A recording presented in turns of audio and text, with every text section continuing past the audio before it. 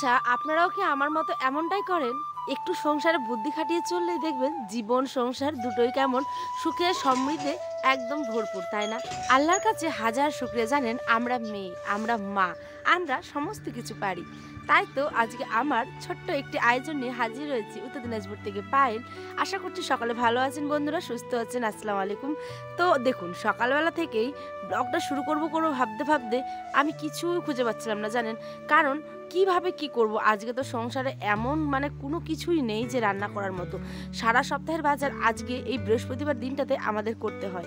আর এক সপ্তাহ বাজার নিয়ে যাওয়া কি কম সম ব্যাপার বলুন তো? কত কিছু বুদ্ধি খাটিয়ে চলতে হয়। যেটা আগে নষ্ট হয়ে যাবে সেটা আগে রান্না করতে হয়, যেটা বেশি দিন থাকবে সেটাকে পরে রান্না করতে হয়। আর যখন কিছু থাকে না তখন শুধুমাত্র উপায় থাকে এগুলো খাওয়ার, এগুলো রান্না করার। তো আজকের আয়োজনটা বিশেষ একটু অন্যরকম।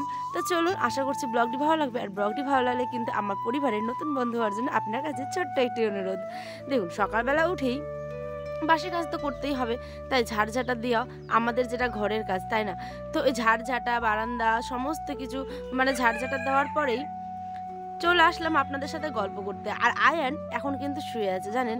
আর এই যে এখন ব্লগ দিব, ব্লগে ভয়েসটা দিব, আর আমার সামনেই সমস্ত মুরগিগুলো কিচিরমিচির করবে, পাখি কিচিরমিচির করবে। আর এইটাই আমার ব্লগে একটা অন্য রকমের আনন্দ এনে দেয়। সত্যি কথা বলছি, আপনাদের মন থেকে আমি যখনই ভয়েস দিই না কেন তখনই দেখবেন এই সমস্ত পাখির ডাক, মুরগির ডাক, গরুর ডাক আপনারা পেয়ে থাকবেন। তো যাই হোক, আমি তো তেমনটাই আপনাদের সাথে শেয়ার করবো, তাই না? দেখুন, বারান্দা আর ঘর এই দুটো নেই তো আমার সংসার, তাই না? আর অবশ্যই আমার আপনজনেরা, আর সাথে আছেন আপনারা, আমার নতুন একটি পরিবার, যেটা আস্তে আস্তে করে মাত্র 220 জন হয়েছে। বিশ্বাস করুন, মাত্র কথাটা কেন বললাম বলুন তো? আমি চাই আমার পরিবারের অনেক অনেক অনেক ভালোবাসার মানুষ আসুক। আর যে কজন আমার ভালোবাসায় কি বলবো, ভালোবাসা দিয়েছেন তাদের মন থেকে জানে অনেকটা ভালোবাসা, অনেকটা। তো চলুন, সকালবেলা তো দেখতেই পাচ্ছেন আমি কাজে লেগে পড়েছি। আর তারপরে বাসনগুলোকে নিয়ে এসেছি কলপারে। আমাদের এই গাছটাতে জানেন এত সুন্দর সুন্দর লেবু। দেখবেন আপনারা যদি ব্লগগুলো আমার কন্টিনিউ দেখেন, তাহলে একটা জিনিস আপনাদের সময়ের সাথে সাথে অবশ্যই দেখাবো। এই যে লেবুগুলো এখন কত ছোট ছোট, কিন্তু এগুলো আসলে কিন্তু লেবু নয়, এগুলো হচ্ছে এক কথায় মৌসম্বি। আর মৌসুমির গাছ কেমন হয় বলুন তো? ঠিক লেবুরই মতন, হ্যাঁ, কিন্তু এদের জাতটা আলাদা, একটা দেশি একটা বিদেশি টাইপের হয় না, হাইব্রিড টাইপের। তো এইটা হচ্ছে আমাদের তেমনই একটা মৌসুমির গাছ বলতে পারেন। লেবুরই সেন্ট, কিন্তু পুরো মৌসুমির মতো দানা দানা থাকে, বড় হয়। তো আমি আপনাদের নিজের মনে করি বলেই কিন্তু পুরোটা বলে দিলাম। আর এইখানটায় দেখুন, এই যে দাদাভাই সে তোর গরু ছাগল এই সমস্তকে জল খাওয়াবে বলে গেল। আর আমি এখানটায় কিন্তু সমস্ত বাসনপত্র ধোয়ার পরে চলে আসছি ঘরে। তারপরে অনেকক্ষণ চিন্তা ভাবনার পরে ভাবছিলাম কি রান্না করা যায় বলুন তো। তারপরে দেখি চোখ গেল ওই যে দূরে কচুর লতিগুলো। এই কচুগুলোকে এই সময় নাকি খেতে হয়, জানেন। আম হয়েছে না, কাঁচা কাঁচা আম, আর এই সময় যে আম খাওয়ার একটা অন্যরকমের আনন্দ। কাঁচা আম দিয়ে মাছ, কাঁচা আম দিয়ে তরকারি, দেখবেন অন্য রকমের স্বাদ আনে। তো ভাবলাম চলুন। আর আজকে কিন্তু একটা আমি বিশেষ কথা আপনাদের সাথে শেয়ার করব। এই যে কচু রান্নাটা করলাম, এটা কিন্তু আমি শর্ট ভিডিও দিয়ে দিয়েছি অলরেডি। আপনারা যারা যারা দেখেননি অবশ্যই আমার শর্ট ভিডিওগুলো ভিজিট করবেন, অবশ্যই ভালো লাগবে। দেখলেন, বললাম না শুনতে পাবেন। তো যাই হোক, আমি আজকে টক ছাড়াই কিন্তু কচু রান্না করব। আপনারা কোনোদিন কেউ খেয়েছেন? কচু মানেই তো গলা ধরবে, তাই না? গলা ধরবে, চুলকাবে, সমস্ত কিছু। তো আমি এমনভাবে কচুটা রান্না করেছি যে গলাও একটুকু ধরেনি আর হাতেও লাগেনি। কিন্তু দেখুন, সাবধানের তো মার নেই বলে না। আমি তাই কচু কাটার সময় একটা বিশেষ জিনিস আপনাদের সাথে শেয়ার করব। দাঁড়ান। তার আগে আয়ান তো ঘুমিয়ে আছে, বললাম যে ওকে ঘুমিয়ে দিয়ে আপনাদের সাথে গল্প করতে এসেছি।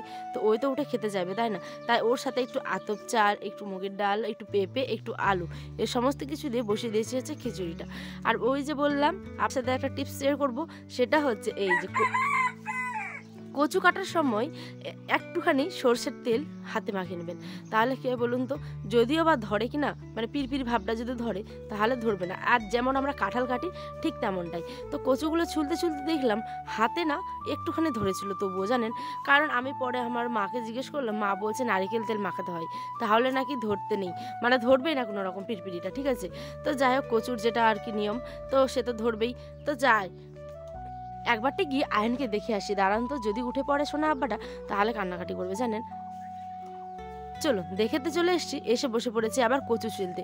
আর আজকে আমি যখন ভয়েস দিচ্ছি ওয়েদারটা এত সুন্দর, মানে মেঘলা মেঘলা ওয়েদার, মনে হয় আবার আজকে বৃহস্পতিবার যেহেতু আজকে, আর হাটবারের দিনটা না আমাদের এখানটায় বৃষ্টি হয়েই থাকে জানেন। আপনারা এই ব্লগটা পাবেন হচ্ছে শুক্রবার।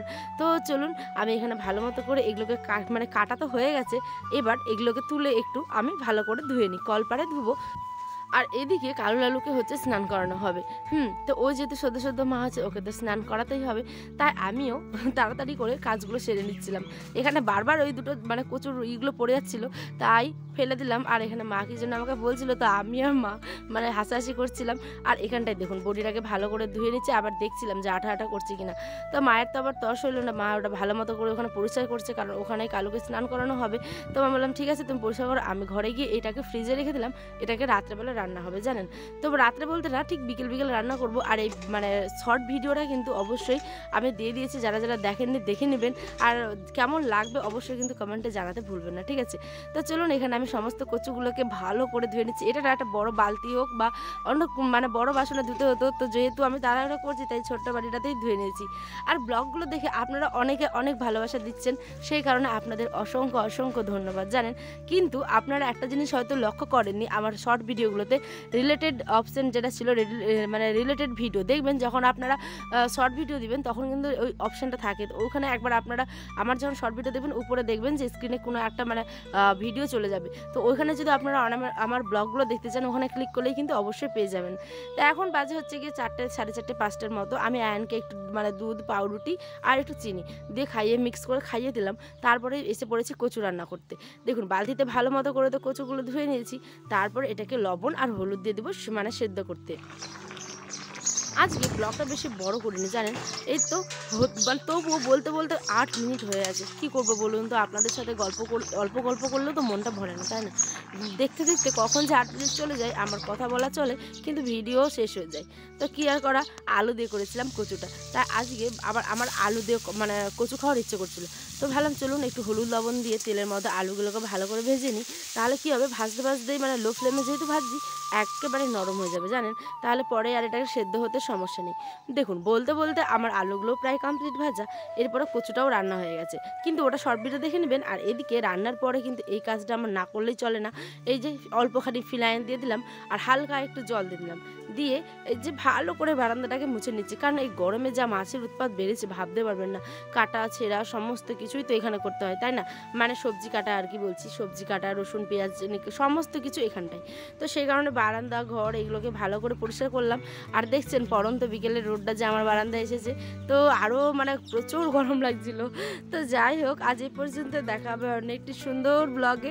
আশা করছি ব্লগটি ভালো লাগবে, আর ভালো লাগলে কিন্তু অবশ্যই একটা কমেন্ট করে যাবেন, ঠিক আছে? আমরা প্রত্যেকটা ইউটিউবারই কিন্তু আপনাদের জন্য এত সুন্দর কন্টেন্ট তৈরি করি, একটিবার হলেও দেখে যাবেন প্লিজ। ঘড়ির কাঁটায় বাজে হচ্ছে 6টা 10, আর আমার লাইট কিন্তু জ্বলছে, ঠিক আছে? তো আমি এই মুহূর্তে মানে একদম স্নান টান সেরে নিলাম দিয়ে আর করেছি হচ্ছে ভাত। তো চলো আজ ব্লগটা এই পর্যন্ত, দেখাবো অনেক একটি ব্লগে। সকলে ভালো থাকবেন, সুস্থ থাকবেন, আল্লাহ হাফেজ।